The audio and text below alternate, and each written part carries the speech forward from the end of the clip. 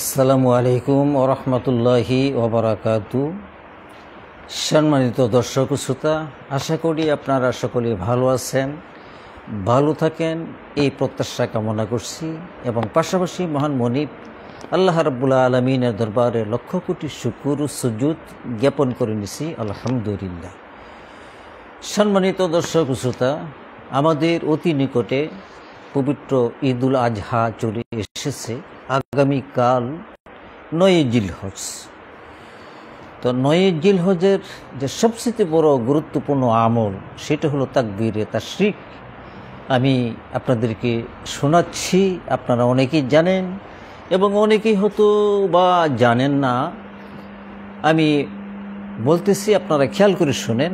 আল্লাহু আকবার, আল্লাহু আকবার, লা ইলাহা ইল্লাল্লাহু, আল্লাহু আকবার, আল্লাহু আকবার, ওয়ালিল্লাহিল হামদ। সম্মানিত দর্শক ও শ্রোতা, এখানে আমার মায়েরা আছেন, আমার বোনেরা আছেন। এখানে দেখা যায় আসলে মসজিদ, ওয়াজ মাহফিলে, বিভিন্ন জায়গায় সম্মানিত উলামা এই কেরাম তারা আলোচনা করেন, তারা বয়ান করেন। সেটা শুনে আমার ভাইয়েরা, আমার চাচারা, আমার নানারা, আমার দাদারা তারা সবাই জানে এবং বুঝে। কিন্তু পর্দার অন্তর আড়ালে যে সমস্ত আমার মায়েরা আছেন, আমার বোনেরা আছেন, তারা তো আসলে এই সম্পর্ক থেকে আপনারা অনেক দূরে, যার কারণে অনেক কিছু কিন্তু আপনারা অবগত নন। আমি আজকে বিশেষ করে আমি অনুরোধ করব, প্রিয় আমার ফেসবুক আমার বন্ধু যারা রয়েছেন, আমার ভাই এবং আমার বোন, দেশ এবং দেশের বাহিরে যারা আছেন, সকলকে আমি বলবো আপনারা একটু খেয়াল করে মনোযোগ সহকারে আপনারা একটু যদি শুনেন, তাহলে আপনাদের, আমি মনে করি আপনাদের অনেক উপকার হবে। যে দোয়াটা আমি ইতিপূর্বে আমি তেলাওয়াত করেছি, এই দোয়াটা আপনারা যদি কয়েকবার শোনেন, আপনাদের আমি আশা রাখি সকলেরই এটা মুখস্থ হয়ে যাবে। তো পুরুষ আমার ভাইয়েরা যারা আছে তারা সবাই জানে, সবাই বিভিন্ন জায়গায় শুনে, আমল করে, জানে। কিন্তু আমার মায়েরা, আমার বোনেরা, আপনারা তো জানেন না। সেই তাকবীরে তাশরিক হলো আল্লাহু আকবার, আল্লাহু আকবার, লা ইলাহা ইল্লাল্লাহু, আল্লাহু আকবার, আল্লাহু আকবার, ওয়ালিল্লাহিল হামদ। খেয়াল করে শুনেন মা ও আমার বোন ও আমার ভাই, দেশ এবং বাহিরের থেকে যারা নাকি লাইফে এসেছেন, আমার কথাগুলো শুনতেছেন, আপনারা একটু খেয়াল করে শুনেন, আপনার মুখস্থ হয়ে যাবে ইনশাআল্লাহ। আপনার আমল করা অতীব সহজ হয়ে যাবে। আপনারা শুনুন, আমি আবারও পড়ছি। আল্লাহু আকবার, আল্লাহু আকবার, লা ইলাহা ইল্লাল্লাহু, আল্লাহু আকবার, আল্লাহু আকবার, ওয়ালিল্লাহিল হামদ। আলহামদুলিল্লাহ, আলহামদুলিল্লাহ, সবাই করি আলহামদুলিল্লাহ। সম্মানিত দর্শক শ্রোতা, যখন নাকি হজ যখন নাকি শুরু হয়, যেমন আগামীকালকের থেকে ৯ জিলহজ।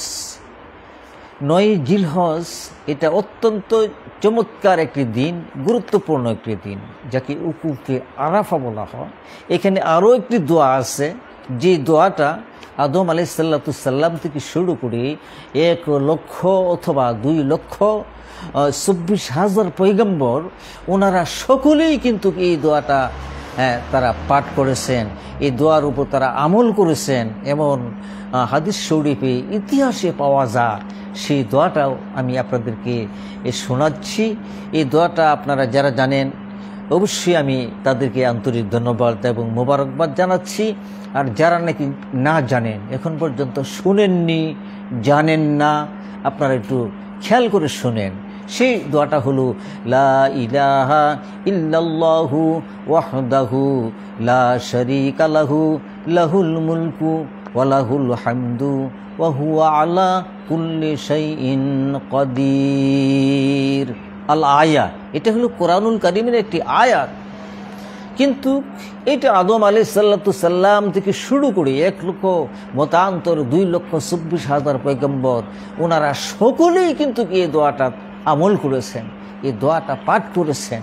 এই জন্য এই আরাফার দিন এবং বিশেষ করে জিলহজ মাসের প্রথম থেকে শুরু করে 13 জিলহজ পর্যন্ত, শুধু 13 জিলহজ নয়, পুরা মাস পর্যন্ত এটা আমলের এমন একটি সুবর্ণ সুযোগ আল্লাহ রাব্বুল আলামিন আমাদেরকে দিয়েছেন, এমন একটি মেসেজ দিয়েছেন। আমরা বেশির থেকে বেশি আমরা এই আমল করার চেষ্টা করব ইনশাআল্লাহ। আমি আবারও বলি, ও আমার ভাইয়েরা, ও আমার বোনেরা, ও আমার ভাই, আপনারা একটু খেয়াল করে শুনেন। হয়তো এই দোয়াটা আপনার মুখস্থ নাও থাকতে পারে। লা ইলাহা ইল্লাল্লাহু ওয়াহদাহু লা শারীকা লাহু লাহুল মুলকু ওয়া লাহুল হামদু ওয়া হুয়া আলা কুল্লি শাইইন কাদির। এটা চমৎকার একটি আয়াত। এই আয়াতের মধ্যে এমন ব্যাখ্যা, এমন বিশ্লেষণ, আল্লাহু আকবার, যে আল্লাহর কোনো শরীক নেই, যিনি একক, তিনি ইচ্ছে করলে সব কিছুই করতে পারে। আমরা তার প্রশংসা করি এবং তিনি যদি ইচ্ছে করে আপনার আমার গোটা জিন্দিগির সমস্ত গুনাহগুলো আল্লাহ তাআলা ক্ষমা করে দিবেন। চমৎকার একটি এই দোয়া, আমরা সকলেই যেন এই দোয়াটা আমরা আমল করতে পারি। সম্মানিত দর্শক শ্রোতা, আমার ভাই এবং বোনেরা, ইতিমধ্যেই আমার হাতে কিছু প্রশ্ন চলে এসেছে কুরবানি সম্পর্কে। আপনারা গভীর মনোযোগ, আপনারা সকলেই শোনেন যে কুরবানি করার নিয়ম। এখানে আল্লাহ রাব্বুল আলামিন কুরআনুল কারীমের মধ্যে ইরশাদ করেছেন, লা ইয়ানালাল্লাহা লুহুমুহা ওয়ালা দিমাউহা ওয়ালাকি ইয়ানালুহু তাকওয়া মিনকুম। এখানে তাকওয়ার কথা বলা হচ্ছে। তাকওয়া এমন একটি জিনিস, এই তাকওয়া আপনার চোখের মধ্যে থাকে না, আপনার হাতের মধ্যে থাকে না, আপনার বডির মধ্যে থাকে না। এই তাকওয়া থাকে আপনার অন্তরের অন্তরস্থলে, যেটা নাকি দেল। আপনার এই দেলের মধ্যে যখন নাকি তাকওয়া, পূর্ণ তাকওয়া থাকবে, আপনি যে কোনো কাজ করেন না কেন, এই তাকওয়ার কারণে আল্লাহ রাব্বুল আলামিন আপনার এই ক্ষুদ্র আমলটুকু আল্লাহর দরবারে আল্লাহ পাক কবুল করে নেবেন। এই আদেশ, এই আয়াতে কারিমার মধ্যে আমরা তাকওয়া সম্পর্কে আমরা জেনে নিলাম। আমরা কুরবানি করব, অবশ্যই আমরা এমন একটা তাকওয়া করব যেমন তাকওয়া করেছিলেন ইব্রাহিম আলাইহিসসালাম তার কলিজার টুকরা ইসমাইল আলাইহিসসালামকে যখন নাকি মিনার ময়দানে যখন নাকি বললেন, যখন নাকি যাচ্ছেন, তখন রাস্তার মধ্যে বললেন, বাবা, আল্লাহর পক্ষ থেকে একটি নির্দেশ এসেছে, এটা কি আমি তোমাকে শোনাবো? আল্লাহু আকবার, আল্লাহু আকবার। বাবা ছেলেকে কত স্নেহ করে, কত ভালোবাসে। যখন এই কথা বললেন, তখন ইসমাইল আলাইহিস সালাম কি করলেন? সঙ্গে সঙ্গে সম্মত প্রকাশ করলেন। ক্বালা ইয়া আবাতি ইফআল মা তু'মারু সাতাজিদুনি ইনশাআল্লাহু মিনাস সাবিরিন। আল্লাহু আকবার, আল্লাহু আকবার, আল্লাহু আকবার। যেমন বাপ তেমন ছেলে, যেমন বাবা তেমন ছেলে, যেমন নবী তেমন নবীর ছেলে নবী। ইসমাইল আলাইহিসসালাম এরকমভাবে সম্মত প্রকাশ করলেন। আর মিনার ময়দানে সেই প্রান্তে যখন নাকি আমরা হজে যাই, আপনারা হজে যাবেন, যারা হজে গেছেন, যখন মিনার প্রান্তে আমরা চলে যাই, তখন কিন্তু আমরা দেখাই, ওই তো লক্ষ্য করেন আমার ভাইয়েরা ও আমার বোনেরা, ওই যে বাম পাশে দেখা যায় একটা পাহাড়, বিশাল বড় একটি পাহাড়। এই পাহাড়ের পাদদেশে সুন্দর একটা সাদা একটা গম্বুজ রয়েছে। এই গম্বুজের এই স্থানের মধ্যেই ইসমাইল আলাইহিস সালাম কি করলেন? সম্মত প্রকাশ করলেন। সম্মত মানে কাত হয়ে এরকমভাবে শুয়ে পড়লেন। সুবহানাল্লাহ, সুবহানাল্লাহ, সুবহানাল্লাহ। বাবা হইয়া সন্তানকে জবাই করা, কুরবানি করা, এটা মামালিক বিষয়। আল্লাহু আকবার। যখন নাকি ইব্রাহিম আলাইহিস সালাম মহান মনিব আল্লাহ রাব্বুল আলামিনকে খুশি করার জন্য যখন নাকি তরবারি, উন্মুক্ত তরবারি, ছুরি যখন নাকি বের করলেন, তখন ইসমাইল আলাইহিস সালাম বললেন, আব্বা, আব্বা গো, আপনি যদি আল্লাহ তাআলার হুকুম পালন করতে গিয়ে যদি সমস্যা হয়, আপনার মনটা যদি পরিবর্তন হয়ে যায়, আব্বু একটা কাজ করেন, আপনার চোখের মধ্যে একটা পর্দা লাগাই দেন এবং আমি ইসমাইল, আপনার কলিজার ধন, কলিজার টুকরা, আমার চোখের উপর একটা, আমার চেহারার উপর একটা পর্দা লাগিয়ে দেন। আপনি তাড়াতাড়ি কাজ সম্পন্ন করেন, তাড়াতাড়ি কাজ সম্পন্ন করেন। তখন আল্লাহর হুকুমে ইব্রাহিম আলাইহিসসালাম তখন বিসমিল্লাহি আল্লাহু আকবার বলে যখন নাকি ছুরি এরকমভাবে চালাইতে শুরু করলেন, আর সে আজিমুল মালিক আল্লাহ রাব্বুল আলামিন সঙ্গে সঙ্গে হযরত জিবরাইল আলাইহিস সালামকে স্মরণ করলেন, হে জিবরাইল তুমি কোথায় আছো?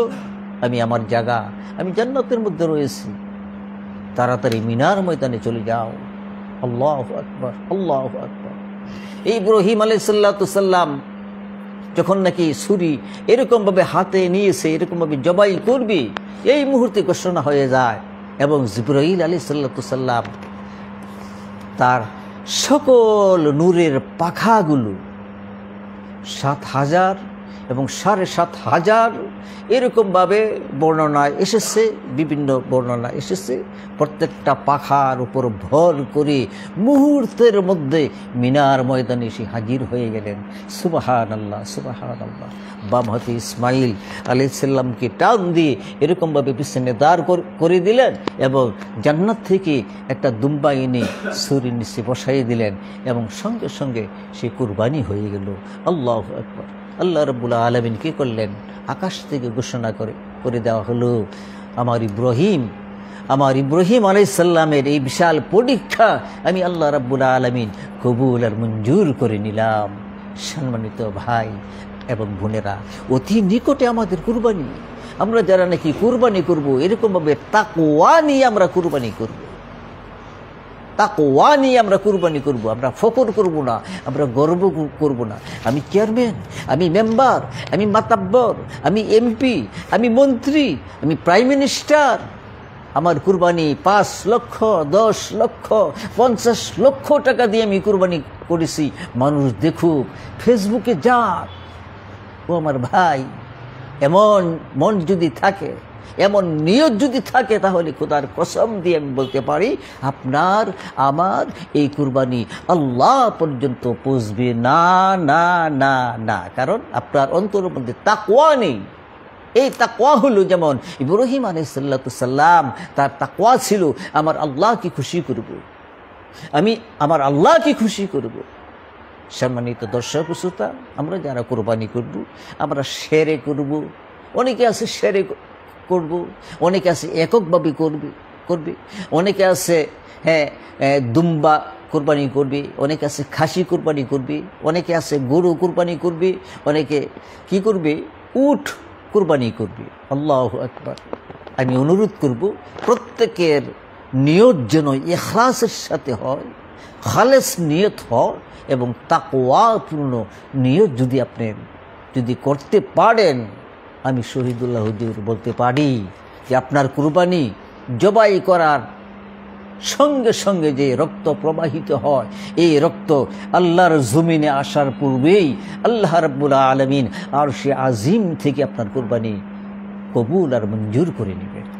সম্মানিত দর্শক শ্রোতা, আমার এক বোন প্রশ্ন করেছেন, কুরবানির গোশত বিতরণ কিভাবে করলে ভালো হয়? ও আমার বোন, আপনি নাম লেখেন নাই, আপনি নাম বলেন নাই, পরিচয় দেন নাই, কিন্তু প্রশ্ন করেছেন। আপনাকে অসংখ্য ধন্যবাদ এবং মোবারকবাদ জানাচ্ছি। ও আমার বোন, খেয়াল করে শোনেন, আপনার কুরবানির গোশত বিতরণ করা, আপনি কুরবানি করবেন, একটা নিয়ম প্রচলিত রয়েছে আমাদের সমাজে, আমাদের এলাকা, যেটা হলো যে 3 ভাগ আমাদের করতেই হবে, না করলে কুরবানি হবে না। কিন্তু এই কথাটা কোনো হাদিসের মধ্যে নেই, এই কথা কোনো হাদিসের মধ্যে নেই। ইনশাআল্লাহ কুরবানি হয়ে যাবে, কুরবানি হয়ে যাবে। আপনি যদি কুরবানি করেন, আপনার বাসার মধ্যে যদি কুরবানি করেন, এটা কুরবানি হয়ে যাবে যদি তাকওয়া থাকে। তো কুরবানির গোশত বিতরণের নিয়ম হলো, আপনি কুরবানি করেন, আপনি সর্বপ্রথম আপনি নিজের জন্য আপনি 1 ভাগ রাখেন। আরেকটা হলো আপনার প্রতিবেশী যারা নিরহ, দরিদ্র, গরিব, যারা কুরবানি দিতে পারে নাই, তাদেরকে 1 ভাগ দেন। আপনার আত্মীয় স্বজন রয়েছে, তাদেরকে আপনি দেন, যারা কুরবানি দেয় নাই, কোরবানির সামর্থ্য যাদের নেই, আত্মীয় স্বজনের মধ্যে আপনি তাদেরকে দেন। এই হলো কোরবানির গোশত বন্টন করার সহি শুদ্ধ সম্মানিত উপস্থিতি আমার ভাইয়েরা।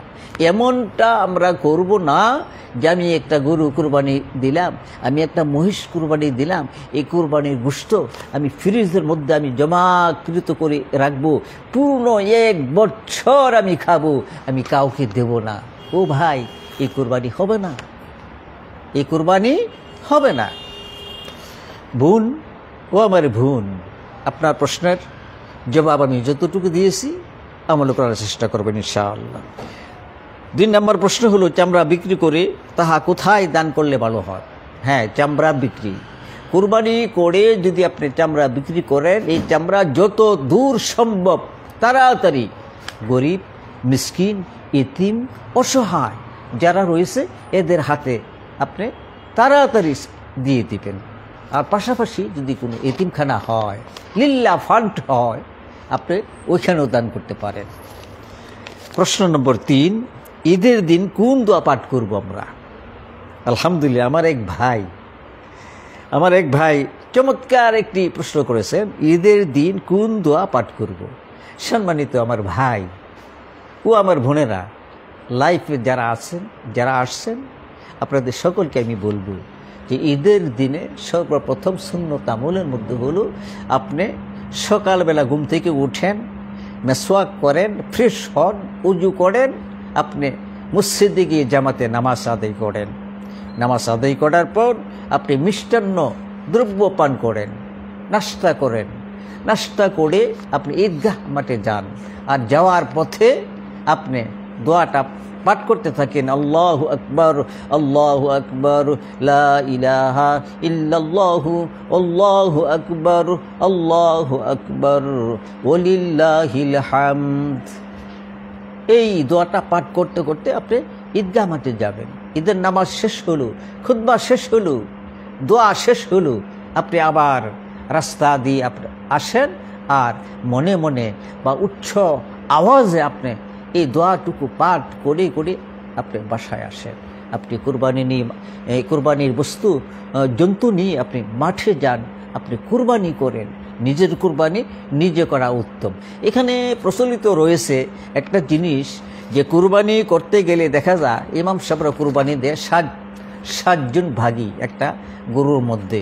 সেখানে একটা লম্বা একটা লিস্ট করে, অমুক নাম, পিতা অমুক, অমুক অমুকের পিতা অমুক, অমুকের নাম অমুক, অমুকের পিতা অমুকের বাড়ি অমুক জায়গা। এই যে একটা গলত, এই যে একটা লিস্ট করা, সময় নষ্ট করা, এটা কখনো কোনো হাদিসের মধ্যে প্রমাণিত নয়।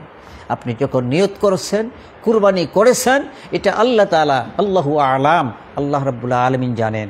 আপনি কি জানেন আপনি যে জন্তুটা কুরবানি দিবেন, এই জন্তু যখন নাকি শোয়ানির পূর্বে আপনি যে জবাই করবেন, খবরদার আপনার এই কুরবানি, আপনার এই জন্তু যেন আপনার হাতে ছুরি না দেখে, দাঁড়ানোর অস্ত্র না দেখে গোপনভাবে রাখবেন, এবং শোয়ানোর পর যত সম্ভব তাড়াতাড়ি আপনি কুরবানি করবেন। সম্মানিত আমার ভাই এবং বোনেরা, তাকবীরে তাশরিক, হ্যাঁ এখানে আসছে তাকবীরে তাশরিক আমরা কিভাবে পড়ব, কোন দিন থেকে শুরু এবং কোন দিন পর্যন্ত শেষ হবে। সম্মানিত ভাই এবং বোনেরা, দেশ এবং বাহিরে যারা নাকি আমার লাইফে আছেন, কথাগুলো শুনতেছেন, 9 জিলহজ স্মরণ রাখেন, খেয়াল করেন। ও ভাই, ও আমার বোন, খেয়াল করেন, গুরুত্বপূর্ণ কথা আমি নিয়ে এসেছি।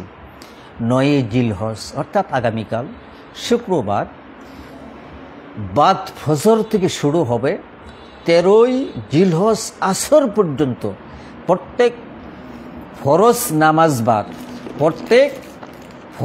নামাজ বাদ একবার করে তাকবীরে তাশরিফ পাঠ করা, এটা হলো ওয়াজিব। এখানে প্রশ্ন আছে, আমার এক বোনে লিখেছে, হুজুর এটা কি মহিলাদের জন্য? এটা কি মহিলাদের জন্য? আমি বলবো যে হ্যাঁ, মহিলা আর পুরুষ নয়, মুসলিম আমরা যারা রয়েছি সকলের জন্য কিন্তু মানে এই দোয়াটা পড়া, আমল করা আমাদের প্রত্যেকের উপর নিষেধ আদেশ এসেছে। ও আমার মায়েরা, ও আমার বোনেরা, আপনারা একটু মুখস্থ করে নেন কোন দোয়াটা। যে দোয়াটা আমি বারবার বলেছি, আবারও বলি, আল্লাহু আকবার, আল্লাহু আকবার, লা ইলাহা ইল্লাল্লাহু, আল্লাহু আকবার, আল্লাহু আকবার, ওয়ালিল্লাহিল হামদ। মুখস্থ হয়েছে কি? আপনার মুখস্থ হচ্ছে? আবার বলি, আল্লাহু আকবার, আল্লাহু আকবার, লা ইলাহা ইল্লাল্লাহু, আল্লাহু আকবার, আল্লাহু আকবার, ওয়ালিল্লাহিল হামদ। এই দোয়াটা ফরজ নামাজের পর একবার পড়া কি ওয়াজিব। যদি নাকি ফজর নামাজ পড়লেন, আপনার স্মরণ ছিল না, আপনি জোহর নামাজ পড়লেন, তখন স্মরণ হয়ে গেল, তখন জোহরের নামাজ পড়ে তখন ওই যে ফজরের কাজা স্বরূপ আপনি 2 বার আপনি পড়ে নেবেন, আপনার আদায় হয়ে যাবে। এবং এই 13ই জিলহজ পর্যন্ত, 13ই জিলহজ পর্যন্ত এই গুরুত্বপূর্ণ দিনগুলো যেন আমরা এই সমস্ত আমলগুলো আমরা সুন্দর সঠিকভাবে আমরা করতে পারি, সেই প্রত্যাশা কিন্তু সকলের নিকট। ভাইয়েরা আমার, বোনেরা আমার, তাই সম্মানিত দর্শক, আরেকটা প্রশ্ন এখানে এসেছে, কুরবানির সাথে আকিকা দেওয়া যাবে কি? আমার আরেক বোন চমৎকার একটা প্রশ্ন করেছেন। ও আমার বোন, কুরবানির মাসআলা আর আকিকার মাসআলা একই মাসআলা।